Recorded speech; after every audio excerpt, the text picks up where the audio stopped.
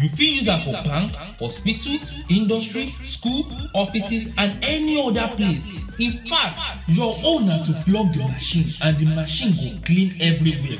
And we fit deliver am for you any place wey you want. Abeg leave matter for Matthias. For more tori, contact Pearly Blue Waters International. Telephone number +234 8160 568476 or +234 9079 574430. Email address info@pearlybluewater.com or visit our website www.pearlybluewater.com.